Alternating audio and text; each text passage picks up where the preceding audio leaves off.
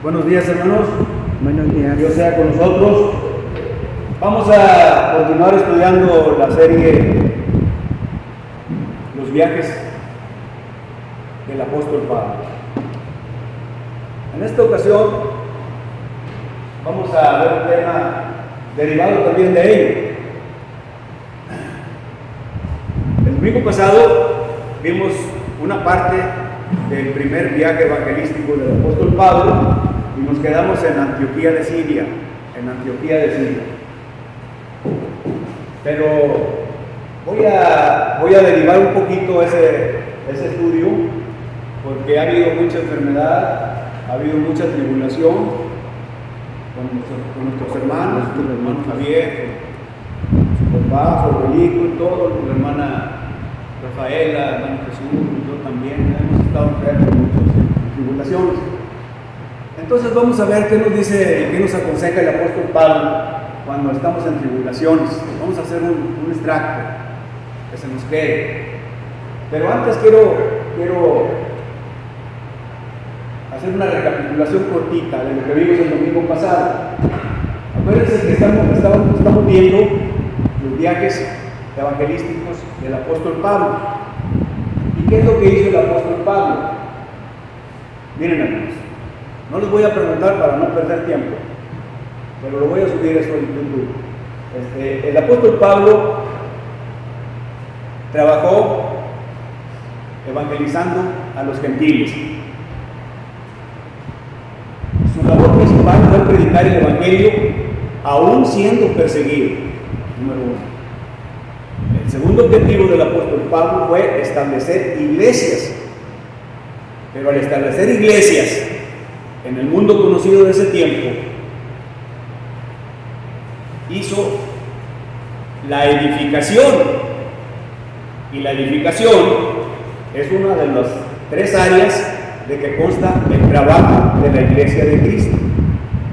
A ver, Galindo, tú que eres ingeniero, ¿qué quiere decir edificación? Está bien. ¿Edificación qué quiere decir? Poner las bases, construir, ¿verdad? Entonces, para nosotros edificación se usa en un solo sentido figurado en el Nuevo Testamento, y es la promoción del crecimiento espiritual. Es lo que estamos aquí haciendo nosotros, la edificación. Estamos cumpliendo con la edificación porque estamos nutriéndonos para tener un crecimiento espiritual en santidad, en amor, etc. Todas las cualidades que nos dice el apóstol Pablo que debemos de tener como cristianos. Entonces nos estamos edificando, pero lo que estamos descuidando, como les decía el domingo pasado, es la evangelización. La evangelización es traer almas a Cristo, y para traer almas a Cristo, nosotros como miembros de la iglesia de Cristo debemos nutrirnos aquí, pero hay que salir afuera para hablarle a los perdidos. Si no nomás nos quedamos aquí y no compartimos la palabra por un tratadito, por el método que sea, por internet, por donde quieran ustedes, pues nunca va a crecer la iglesia y vamos a seguir siendo los mismos poquitos, ¿sí? Puede hasta morir la congregación. Entonces nosotros somos una congregación benevolente. Estamos cumpliendo con una de las tres áreas en la benevolencia. Estamos cumpliendo con la edificación, porque aquí se dan estudios. Aquí ya tengo 4 años, llevo más de 200 estudios ahorita seguiditos. Entonces, y todos están en YouTube. Entonces, esta es la edificación, y hay que participar en compartir, en sembrar la semilla. Si no se siembra la semilla, no va a nacer el evangelio, no va a crecer el evangelio, no va a haber almas. ¿Y cómo la sembramos? Pues yendo afuera a traer almas a Cristo. Ese es el objetivo de lo que vimos el domingo pasado. El ejemplo de él es que estableció iglesias basado en la edificación, en lo que él enseñaba. Pero ahorita vamos a ver, hermanos, la actitud del apóstol Pablo para enfrentar las pruebas y salir victorioso. Vamos a ver la actitud del apóstol Pablo, el ejemplo de compromiso del apóstol Pablo. Y el apóstol Pablo nos enseña a ver el lado positivo de todas las circunstancias. Podemos estar enfermos, están enfermos vienen aún así estando enfermos en la congregación y se congregan. Hay un refrán que dijo un pensador estadounidense que no debemos claudicar, hermanos. Dice: cuando vayan mal las cosas, como a veces suelen ir, cuando ofrezca tu camino solo cuestas que subir, cuando tengas poco a ver pero mucho que pagar, cuando ya el dolor te agobie y no puedas ya sufrir, descansar acaso debes, pero nunca desistir. Cuando todo esté peor, más debemos insistir. Si a tu caudal se contraponen diques, date una tregua, pero no claudiques. Entonces, el apóstol Pablo, hermanos, dijo lo mismo. El apóstol Pablo, hermanos, sufrió por el reino de Dios, pero si en algo resistió fue porque era con propósito y no sin razón. Y la actitud que tenía frente a los sufrimientos es muy importante. El apóstol Pablo, hermanos, hoy nos va a inspirar a llevar esas tribulaciones. Dice bien, hay un pasaje que nos recuerda el apóstol Pablo, porque soportó innumerables sufrimientos por el Señor Jesucristo. Sin embargo, no se desanimó. No hay que desanimarnos, aunque estemos en tribulaciones, estemos enfermos, aún con la enfermedad inevitablemente mortal. Sin embargo, el apóstol Pablo no se desanimó, ni se rindió, ni le dio la espalda a nuestro Señor Jesucristo. No debemos renegar de Dios. En la Biblia tenemos un pasaje similar a este pensamiento que el mismo apóstol Pablo escribió en 2 Corintios 4, 8 al 9, que dice, fíjense bien lo que dice, que estamos atribulados en todo, mas no angustiados. Estamos atribulados en todo, mas no angustiados. En apuros, mas no desesperados. En apuros, mas no desesperados. Perseguidos, mas no desamparados. Derribados, pero no destruidos. Ese es el pasaje que nos vamos a enfocar en esta mañana. El apóstol Pablo respondió a sus críticos mencionando lo que le había costado ser cristiano. Acuérdense que el apóstol Pablo era fariseo. Acuérdense que era fariseo. Era de la tribu de Benjamín. Nació en Tarso, al sureste de Turquía, en Tarso, está cerquita de Antioquía, de Siria. Ahí nació. Sus padres a los 13 años, sus padres eran judíos, y a los 13 años lo mandaron con Gamaliel, y Gamaliel era el más experto en la ley mosaica, y lo entrenó, de tal grado que él fue hagan de cuenta que es un terrorista islámico. ¿Se fijan cómo son los terroristas islámicos? Esos dan la vida. Acuérdense de las Torres Gemelas. Los terroristas islámicos los entrenan para que den la vida por su religión. Es más peligroso un terrorista religioso que un terrorista común. Entonces el apóstol Pablo estaba entrenado. Por eso él fue, en su primera etapa, fue brutal. Era fariseo de fariseos. Se sabía la ley mosaica. Había sido entrenado por Gamaliel, pertenecía al Sanedrín, o sea, al grupo que controlaba a los judíos religiosamente, y defendía la ley mosaica en un principio, de manera que era un perseguidor de los cristianos. Él se encargaba de perseguirlos y echarlos a la cárcel. Era como un fiscal, era su primer etapa. Pero Jesús le habló directamente en el camino a Damasco. Acuérdense que él iba con una carta de Jerusalén a Damasco para apresar a todos los que se decían cristianos, porque él defendía la ley judía. Entonces ahí se le apareció con una luz brillante, lo dejó ciego. Jesús le habló: Saulo, Saulo, ¿por qué me persigues? Él en un principio se llamaba Saulo, Entonces,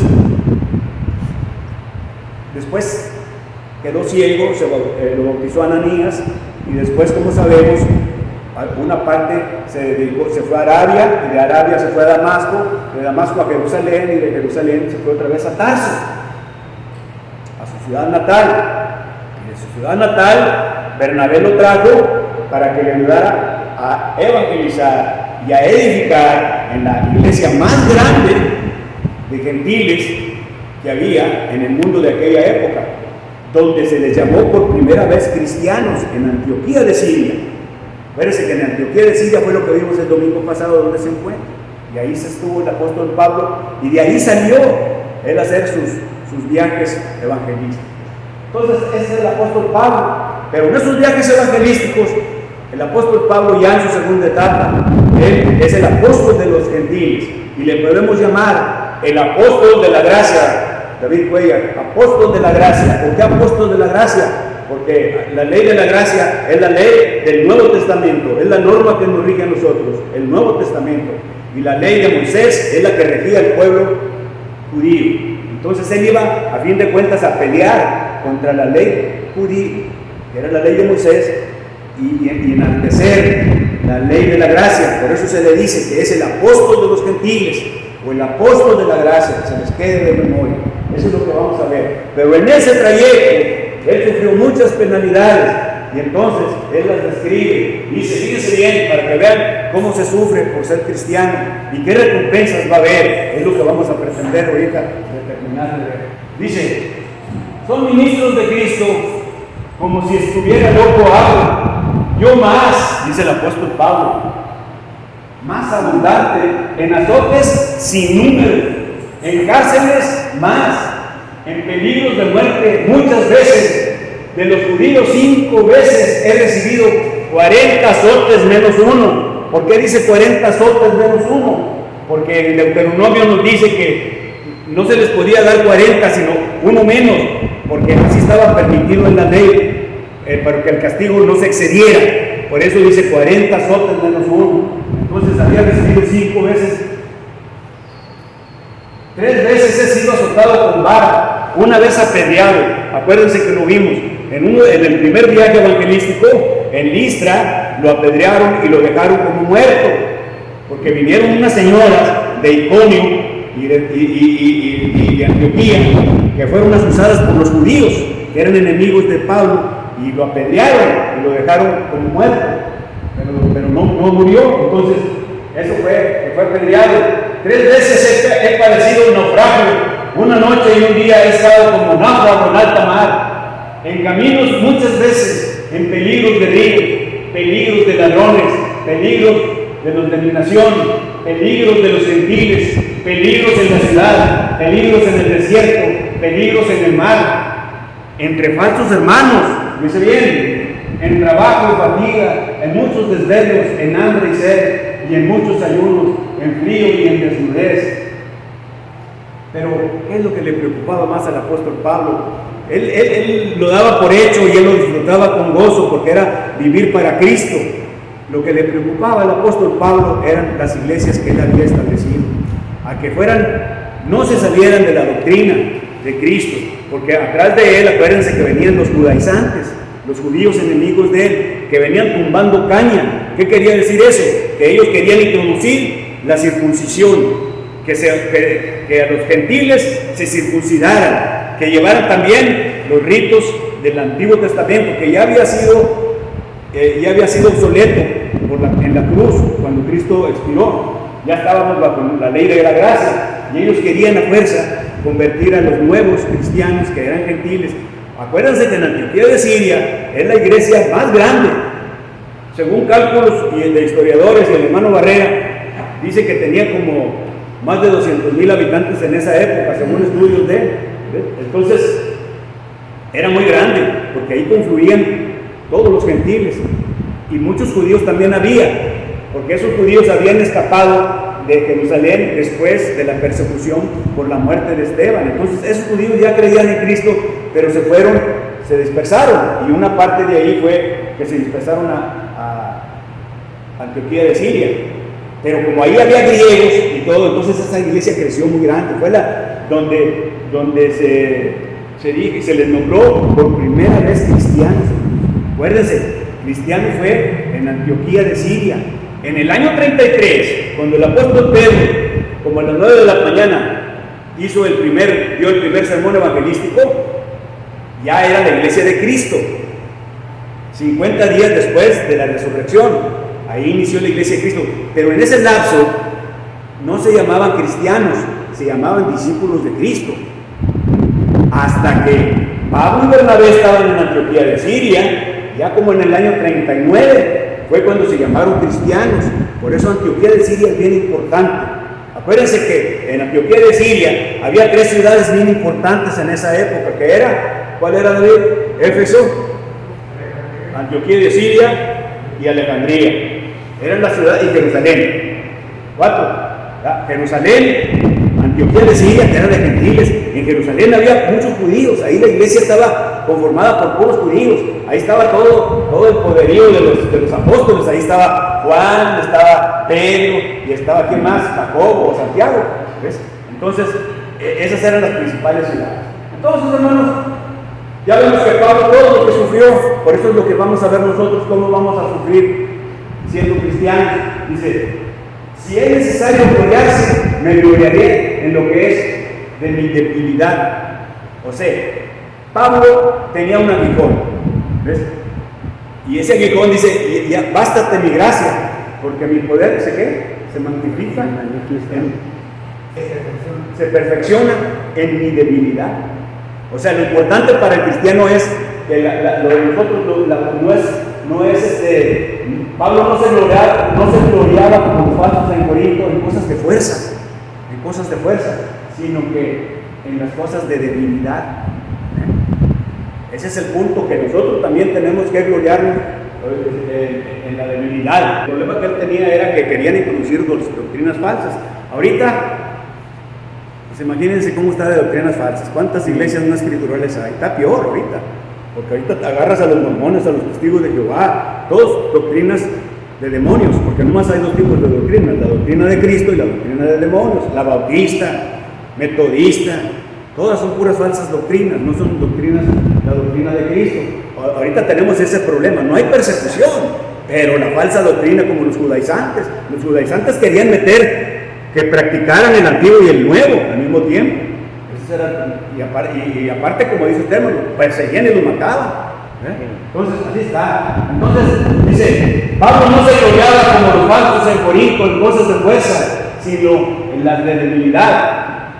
Se gloriaba en lo que sufría por Cristo y por el hombre. Dice: probando así su amor por ellos, igualmente como lo probaba Cristo.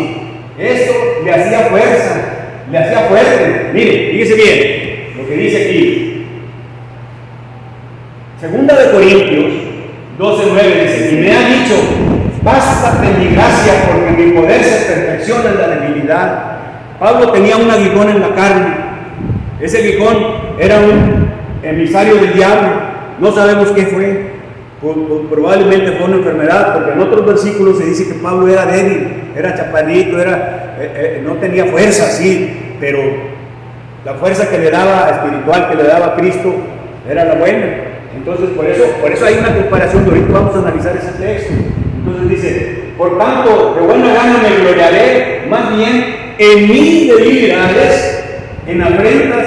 Y luego dice: por lo cual, por amor a Cristo, me gozo en las debilidades, en afrentas, en necesidades, en persecuciones, en angustias. Él se gozaba en eso, porque para él el vivir era Cristo y el morir era ganancia. Dice: fíjense bien lo que dice el apóstol Pablo, para que lo tengamos nosotros cuando estamos en tribulaciones. Dice: cuando soy débil, entonces soy fuerte. Dice: me he hecho un necio al gloriarme, vosotros me obligasteis a ello, pues yo debía ser alabado por vosotros, porque en nada he sido menos que aquellos grandes apóstoles, aunque nada soy. ¿Por qué? Porque al apóstol Pablo, los judaizantes, que eran cristianos, que querían estar con un pie en el antiguo y con otro pie en el nuevo, querían que los demás gentiles hicieran lo mismo.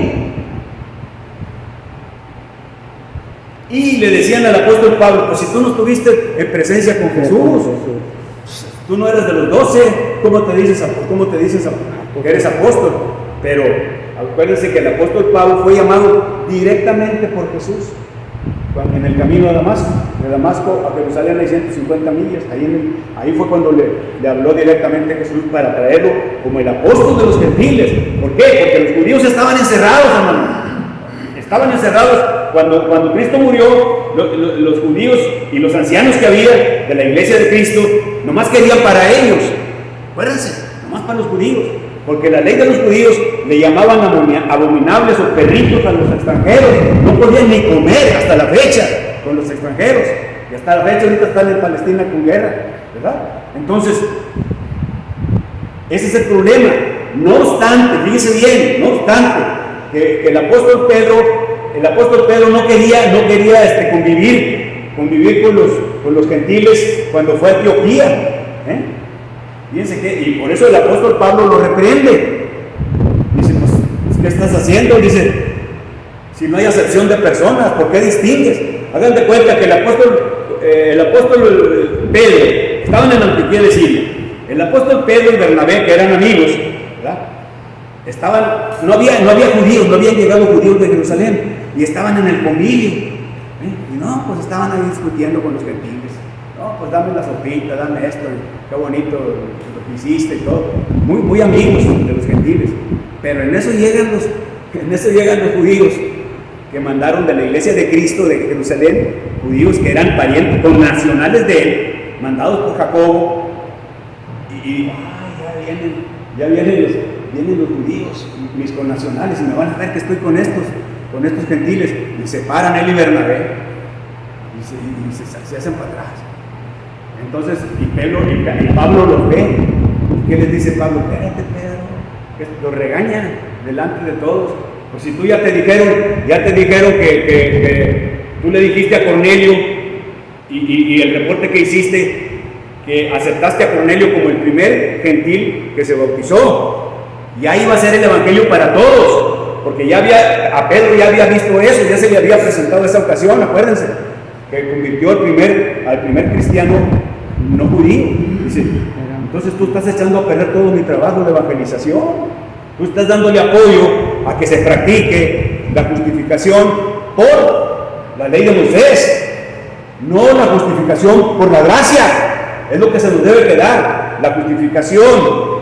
La justificación para ser salvo por la ley de Moisés era lo que practicaban, lo que querían los judaizantes. Decían, no, si no te circuncidas tú no vas a ser salvo, le decían a un gentil. Y no, después del acuerdo que tuvieron en el concilio, ya no se valía eso. O sea que no necesitas circuncidarte, porque la circuncisión nosotros la tenemos en el corazón. ¿Ves? Entonces ahí vieron que llegaban los judíos, y Pedro y Bernabé estaban sentados comiendo con los gentiles, y se hicieron para atrás, y ahí es donde lo regaña Pablo, ¿verdad? ¿Qué pasó? Pues me estás echando a perder todo mi plan de evangelización. ¿Qué apóstol eres? ¿Qué estaba haciendo Pablo? ¿Qué estaba haciendo Pedro? Estaba cuidando su prestigio o su reputación. Por eso nosotros como cristianos dicen, o eres de convicción o eres de reputación. Una persona de reputación no está cuidando su prestigio, el qué dirá. Así se porta bien delante de todos, pero ya acá aparte hace lo que él quiere. ¿Ves? En cambio, los que son de convicción, esos están sobre la verdad del evangelio. Y eso es lo que tenía Pablo. Pablo era un hombre de convicción, era un político espiritual de convicción. A él no se doblegaba porque había estado en todas esas pruebas. ¿Ves? Entonces, por eso, para que quede claro. ¿Ves? Entonces, ahorita estamos hablando, como le digo, que dice, bástate mi gracia porque mi poder se perfecciona en la debilidad, para que veamos cómo era el comportamiento. Dice, porque cuando soy débil, entonces soy fuerte. Entonces es el punto, ¿no? Muy bien. Entonces el apóstol Pablo enseñó a otros la necesidad de vivir para Cristo. Es lo que debemos aprender nosotros. Miren, fácilmente, ¿qué decía el apóstol Pablo para vivir para Cristo? Hay que vivir para Cristo, no obstante que estemos en tribulaciones, en penas. Dice, con Cristo estoy juntamente crucificado. y ya no vivo yo, mas vive Cristo en mí, y lo que ahora vivo en la carne, lo vivo en la fe del Hijo de Dios, el cual mi amor se entregó a sí mismo por mí. Y luego 2 Corintios 5, 9 y 15 dice, por tanto, procuramos también, o ausentes o presentes, serle agradables, y por todos murió, para los que viven, ya no vivan para sí, sino para aquel que murió y resucitó por ellos. O sea, la necesidad, hermanos, tenemos que vivir para Cristo. Eso es para que se nos quede como miembros de la iglesia de las niñas. Ante la muerte, ¿qué escribió?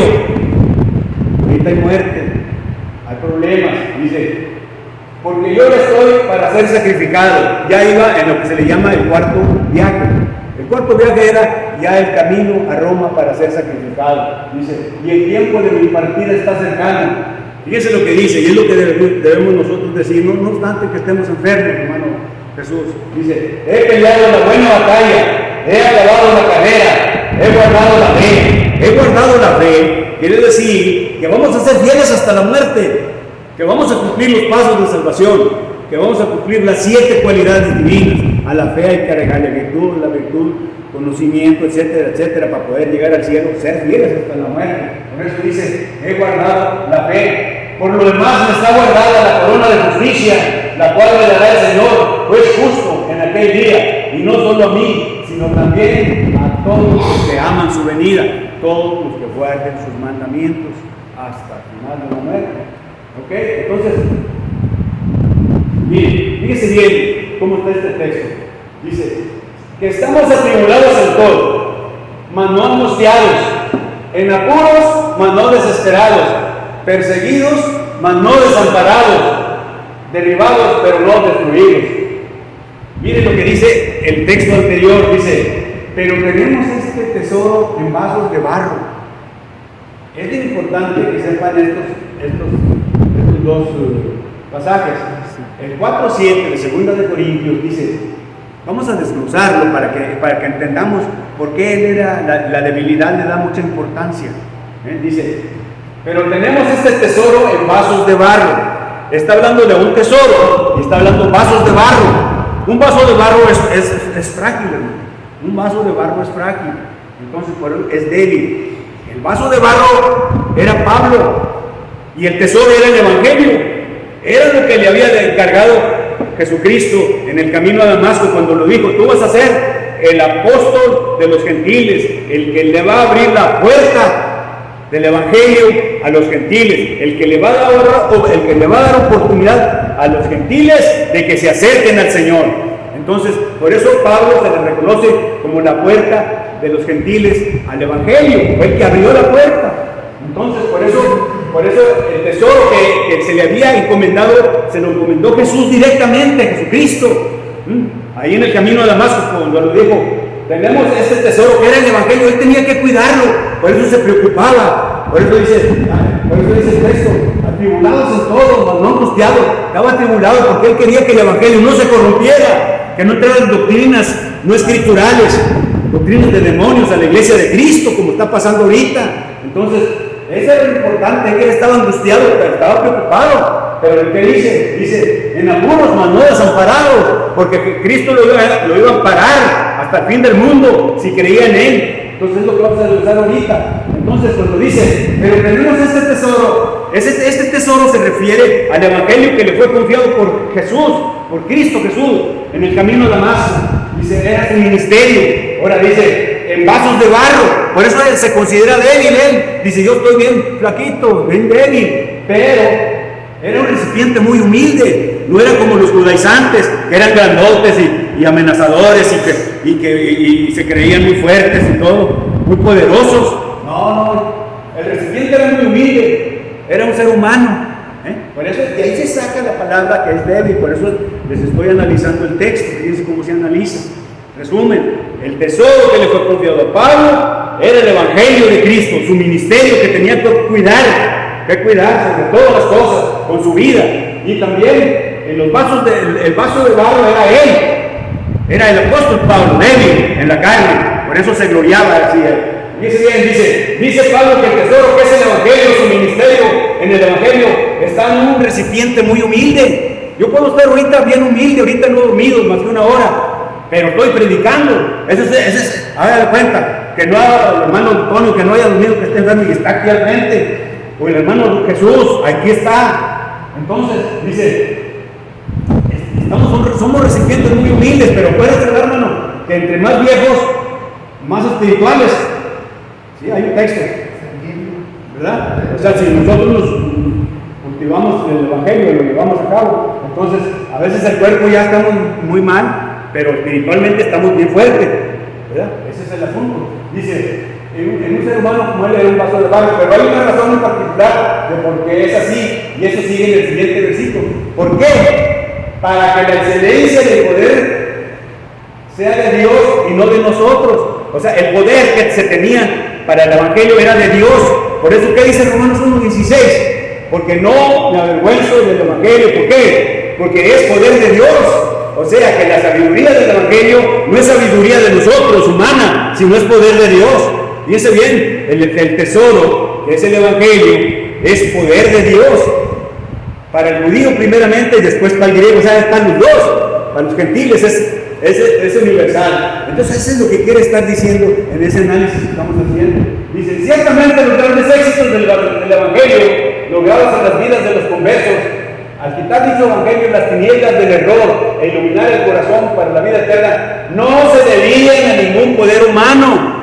O sea, todas esas conversiones que se hacían ahí con el apóstol Pablo y con su compañía que traía, ya sea con Bernabé, con Silas, con Timoteo, con Tito, con Juan Marcos. Entonces, pues como Pablo sufría muchas injusticias, lo apedreaban, traía un aguijón en la carne, hagan de cuenta una enfermedad. ¿Para qué? Para que no se sintiera superior. Por eso nos dan a nosotros las enfermedades, para que no nos creamos superiores.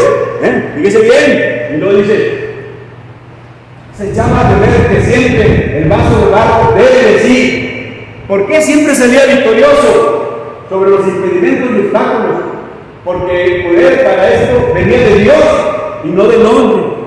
O sea, el poder del evangelio viene de Dios y no del hombre. Romanos 1:16. Porque no me avergüenzo del evangelio, porque es poder de Dios. Así queda privilegiado esto.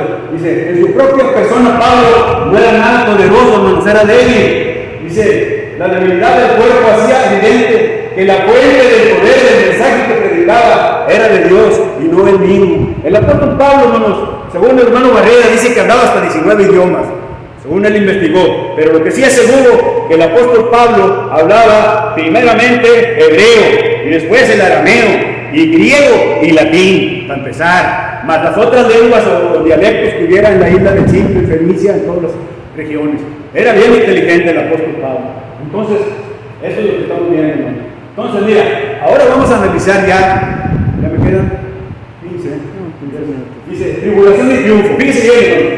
Dice, que estamos atribulados en todo, mas no angustiados, en apuros, mas no desesperados, perseguidos, mas no desamparados, derribados, pero no destruidos.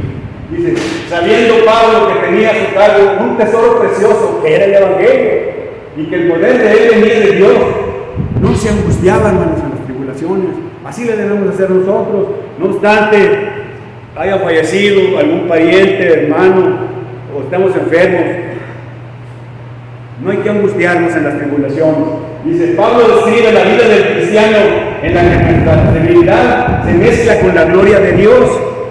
Estamos en debilidad, enfermos, grandes de edad, pero debe mostrarse o debe mezclarse con la gloria de Dios, porque entre más grandes más nos acercamos. Acuérdense que la muerte no es el fin de es la puerta que nos abre con Cristo, para estar con Cristo para siempre. Nosotros debemos ver la muerte desde una óptica distinta que la ve el mundo, porque la muerte para nosotros es la puerta que se abre para estar con Cristo para siempre, si es que fuimos fieles hasta la muerte. Entonces, ese es el punto, hermano. Dice que estamos atribulados en todo, mas no angustiados. ¿Por qué estaba angustiado? Por eso que les dije, porque él tenía el tesoro, que lo tenía que cuidar con su vida, que era el evangelio que se le había confiado por Jesucristo. Entonces dice, Cristo lo puso en su ministerio.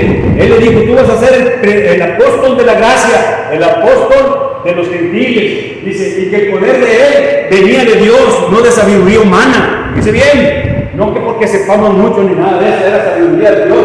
No se angustiaban en las tribulaciones. Por eso Pablo decía, estamos atribulados en todo, mas no angustiados. ¿Por qué así estamos nosotros en la iglesia de Cristo en las mitras? ¿Por qué? Porque tenemos el Evangelio, creemos en el Evangelio de Cristo, el Evangelio puro de Jesucristo. Inciso B, en apuros, mas no desesperados. Por eso tampoco se desesperaba, aunque a veces estaba grandemente apurado. Dice, estaba en apuros, ¿por qué? Pues lo tenían apedreado, lo estaban lapidando ahí en Listra, acuérdense, la señora César, y la gente asusados por los judaizantes, mátenlo, así le decían a la gente, asusaban. Entonces, pues lo apedrearon, lo dejaron, para que lo hayan dejado por muerto. Imagínense las pedradas que recibió. Entonces, era uno de tantos sacrificios que sufrió el apóstol Pablo, por eso decía, en apuros, mas no desesperados. Así debemos estar, hermanos, en apuros. A veces tenemos necesidades. Y luego dice, perseguidos mas no desamparados. Cristo había prometido estar con sus apóstoles hasta el fin del mundo. Acuérdense lo que dice Mateo 28:20. Jesús, antes de irse, conversaba con sus apóstoles. ¿Y qué les dijo? Les prometo estar con ustedes hasta el fin del mundo. Por eso así con nosotros, va a estar Cristo con nosotros hasta el fin del mundo. Les había advertido que serían perseguidos, pero que Él estaría con ellos. Nosotros vamos a ser perseguidos también. No así como allá, pero somos perseguidos con la doctrina. Acuérdense que lo cerebral es más peligroso que lo carnal. Una persona que manipula con la mente mata más que el que hace con un arma. Acuérdense que el que piensa destruye más. Entonces, por eso nosotros, y los que meten esas doctrinas, falsas doctrinas en la iglesia de Cristo, destruyen más, porque para poder sacarnos del error está el problema.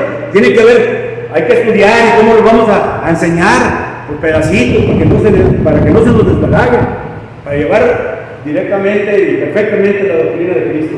Entonces, perseguidos mas no desamparados, fíjense bien, derribados, pero no destruidos. El enemigo, principalmente en aquel tiempo, el judío inconverso, muchas veces procuraba derribarle. Dice, pero nunca fue destruido por él. Dios siempre miraba por él. Las adversidades en la vida del apóstol Pablo no eran pocas ni casuales. Esto hizo evidente que había algún poder sobrenatural que le protegía en su ministerio. O sea que era débil físicamente, pero Dios lo protegía. Porque era el apóstol de los gentiles. Dice, comúnmente acá se dice sobre la lona, pero no fuera de combate. Haga cuenta que nos noquean, estamos sobre la lona, pero nos cuentan hasta 10 o no sé cuánto, pero no fuera de combate. La suprema característica del cristiano no es que no puede caer, sí caemos, hermanos, sino que siempre que caemos nos levantamos otra vez. Es lo que hemos analizado en estudios anteriores. Caemos, pecamos, pero nos arrepentimos, le pedimos perdón a Dios, nos arrepentimos y volvemos a levantarnos. Esa es la característica que debemos de tener. No es que no acuse los golpes, sino que nunca es derrotado, nunca vamos a ser derrotados definitivamente. Vamos a estar en la lona, como dicen, derribados, pero no destruidos. Estoy vencido, pero no derribado, caído. ¿Ves? Entonces dice, sabemos que al final de cuentas, si nos arrepentimos, no vamos a perder la guerra. Ese es el punto que se nos debe quedar. Continuamos ya para terminar. Dice, el apóstol Pablo nos enseña a ver el lado positivo de todas las circunstancias que llevemos. Esto es lo que estamos discutiendo. Miren, hermanos, ahí les va. Sin resentimientos. No, pues a mí me fue mal y estoy resentido con todos. Ni me ayudaron los hermanos, pedí que oraran por mí, no oraron. Ni me saludó, etc. No debemos tener resentimientos. ¿Por qué? Fíjense bien. ¿Qué es el resentido? Acuérdense, cuando les dije hace como 2 años, 2 años o menos, lo de Jonás, que era el apóstol amargado, el profeta amargado, el profeta resentido, que no quería ir a predicar a Nínive, estaba enojado. Entonces, ese es un resentido, hermanos, un resentido en la iglesia de Cristo. Imagínate, es una persona que frente a los sufrimientos de la vida proyecta esas experiencias negativas hacia los que los rodean. La experiencia negativa que tienes la proyectas hacia los que te rodean. Dice, y muchas veces hacia los que más aman, a veces hasta con el papá, con la mamá, con la hija. Ahí está, resentido. Fíjese bien cómo está ese problema. En el caso de Pablo, a pesar de sufrir en su alma, fíjese, él estaba sufriendo. Dice, no, pues me pelearon, no me voy a vengar, no me saludó, que esto, que el otro. No. Dice, en su alma no quedaba ni una pizca de acusación o de amargura contra nadie. Por el contrario, llegó a decir en Romanos 5:3. Fíjese bien lo que dijo. Nos gloriamos en las tribulaciones. Vamos a gloriarnos en las tribulaciones. Estamos sufriendo. Vamos a gloriarnos en las tribulaciones. Él entendía que todas estas adversidades eran usadas por el Señor para la formación de su carácter. Cuando más se sufre, más el carácter más se hace fuerte. Entonces dice, sabiendo que produce la tribulación, paciencia. La tribulación produce paciencia. Y la paciencia produce esperanza de la vida eterna. Otra vez, dice, la tribulación produce paciencia. Estamos sufriendo, vamos a calmarnos, no hay que ser resentidos. La paciencia, ¿qué? Tener esperanza. Es por lo que estamos aquí, hermanos. Si aquí venimos y no sabemos a qué venimos, porque tenemos esperanza de la vida eterna. Ese es el punto. Dice, no se convirtió en un amargado. Él lo recibió todo con lo que le ayudaría para bien. Número 1, sin resentimientos. Número 2, sin rendirse ni volver atrás. Dice, sufrió muchas desilusiones. En algunos casos hubo personas que prometían mucho, pero que se echaron atrás, como Juan Marcos. Acuérdense que lo vamos a ver de Chipre a Pergue, viajaron en la nave y iban Bernabé, Juan Marcos y Pablo. Ahí en Pergue, Juan Marcos se echó para atrás, le sacó al bulto, como dicen, no quiso seguirlos, por eso se rindió, se volvió para atrás. Otro, Demas, acuérdense, Demas era un colaborador de Pablo. En un principio, Demas está escrito ahí en el Nuevo Testamento, el nombre de Demas. Pero después se le borró. Y lo más importante, porque Pablo ya no lo menciona, porque Demas se fue al mundo. Hagan de cuenta, un hermano bautizado se va con las iglesias bautistas, se va con otro que no es la iglesia de Cristo, o se va al mundo, o ya no viene. Entonces, eso es lo que hizo Demas. Entonces, Demas dice, Demas me ha desamparado, amando este mundo, y se ha ido a Tesalónica. Entonces, es lo que pasa, hermano, que se volvieron para atrás. Acuérdense que el que se vuelve para atrás, si no se arrepiente, ya está descartado. Tiene que arrepentirse. Si no os arrepentís, todos pereceréis igualmente. Todos los que se han ido de la iglesia de Cristo. Entonces, dice, los judaizantes que se infiltraban en las iglesias que él fundaba para pervertir el evangelio, o sea que era el problema que tenían. Cuando se infiltran aquí doctrinas falsas, entonces son enemigos, hermanos, que nos hacen desanimar. Entonces dicen, no, pues yo ya no voy, pues ya está ese hermano ahí predicando esto, ya me retiro. Pues no, hermano, no hay que rendirse. Como esa es otra aplicación que usamos del apóstol Pablo, ya vamos a acabar. Lo dice, con alabanzas, fíjese bien, después de haberles azotado mucho, los echaron en la cárcel, mandando al carcelero que les guardase con seguridad. ¿Estaban quién? Pablo y Silas estaban en la cárcel, y en vez de estar quejándose, estaban cantando alabanzas, como la clase que nos dio el hermano Antonio de cómo deben ser las alabanzas. Bueno, la alabanza, un mensaje que nos dio, por qué debemos hacer las alabanzas, es otro mandamiento que debemos de cumplir. Entonces, que estamos atribulados, vamos a cantar, hermano. Están ustedes enfermos, pónganse a cantar un himno, fíjese bien lo que dice. Entonces, esa es otra manera. Y lo dice, mostrando contentamiento en la adversidad. No, pues es que yo no tengo dinero, el otro hermano tiene más que yo, y que, espérate, confórmate con lo que tienes. Hay que vivir en la justa medianía, como dijo Benito Juárez. Entonces, Filipenses 3, 11 a 13, ya voy a terminar, dice, he aprendido a contentarme, fíjese bien, hermano, mostrando contentamiento en la adversidad. He aprendido a contentarme, cualquiera que sea mi situación. Sé vivir humildemente y sé tener abundancia. En todo y por todo estoy enseñado, así para estar saciado como para tener hambre, así para tener abundancia como para padecer necesidad. Todo lo puedo en Cristo que me fortalece. Punto. Fíjese bien. Siempre nomás decimos lo último. Todo lo puedo en Cristo que me fortalece. Pero ¿qué hay detrás? Lo que hay detrás es que hay que mostrar contentamiento en la adversidad. Hay que vivir en la justa medianía.